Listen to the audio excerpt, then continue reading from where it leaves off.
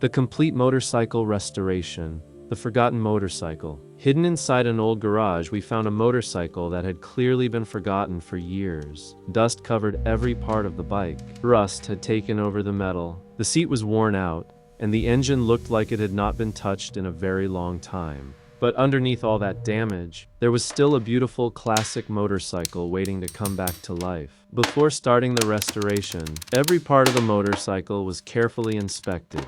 The fuel tank, engine, wheels, frame, and electrical components all needed attention. The bike had a long journey ahead, but the restoration had officially begun. The first step was to carefully remove the damaged parts. The seat, fuel tank, side panels, and other components were taken off one by one.